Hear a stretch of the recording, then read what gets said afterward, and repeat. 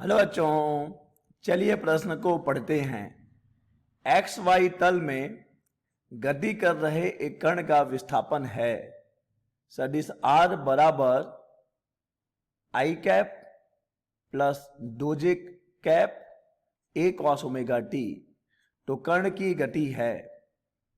दिए गए विकल्प हैं ए एक सरल रेखा में, बी एक दीर्घवृत्त पर, सी आवर्ती या फिर डी सरल आवर्ती। तो चलिए बच्चों, सबसे पहले हम लिख लेते हैं मूल अवधारणा। मूल अवधारणा जिस पर कि बच्चों यह प्रश्न आधारित है। बच्चों यह प्रश्न आधारित है सरल आवर्त गति पर। सरल आवर्त गति, ठीक है बच्चों।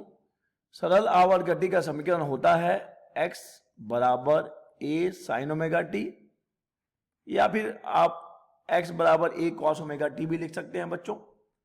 चलिए बच्चों देखते हैं प्रश्न में दिया गया बच्चों कि एक कण एक्स वाई तल में गति कर रहा है और उस कण का विस्थापन है सदिश r बराबर i cap plus 2j cap, bracket में है ये, a कॉस ओमेगा टी। चलिए बच्चों इसे जरा जमा लेते हैं तो हमें मिल रहा होगा a cos omega T I का कैप, ठीक है बच्चों, और साथ में ही बच्चों हमें मिल रहा होगा 2a कॉस ओमेगा टी जे कैप, ठीक है बच्चों। तो अगर हम जानते हैं कि आई कैप एक्स दिशा के लिए होता है, एक्स दिशा का एकांक सदिश है, और जे कैप वाई दिशा का एकांक सदिश है। बच्चों देखिए ये एक सरल आवर्त गति का समीकरण है, ये भी एक सरल आवर्त गति का समीकरण है। तो अगर हम मान लें कि x बराबर है a कॉस ओमेगा टी, तो y बराबर कितना हो जाएगा बच्चों, 2a कॉस ओमेगा टी। तो बच्चों इस समीकरण से स्पष्ट है कि जो गति हो रही है वो सरल आवर्त गति है। एक्स वाई तल में जो गति हो रही है बच्चों x की दिशा में और y की दिशा में, ये सरल आवर्त गति है। तो बच्चों डी विकल्प तो सही हो जाएगा।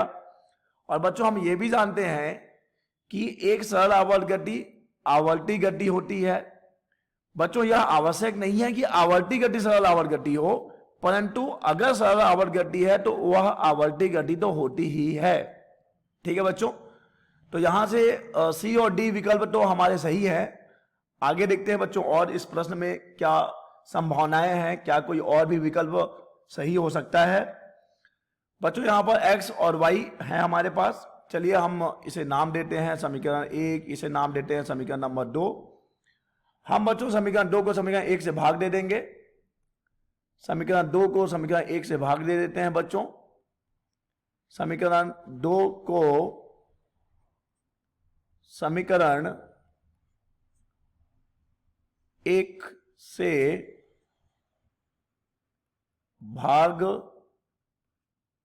देने पर, चलिए भाग दे दें, तो हमें मिल रहा होगा y बटे x बराबर, तो बच्चों यहां पर y का मान है 2a cos omega T, 2a cos omega T, और x का मान है a कॉस ओमेगा टी। तो बच्चों यहां से कॉस ओमेगा टी की कहानी खत्म, a और a भी खत्म।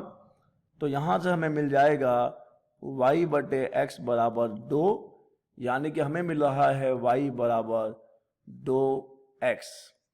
बच्चों हम जानते हैं कि यह तो एक सरल रेखा का समीकरण है, सरल रेखा का समीकरण है बच्चों। अतः यहां पे जो गति हो रही है बच्चों, एक सरल रेखा में गति भी हो रही है।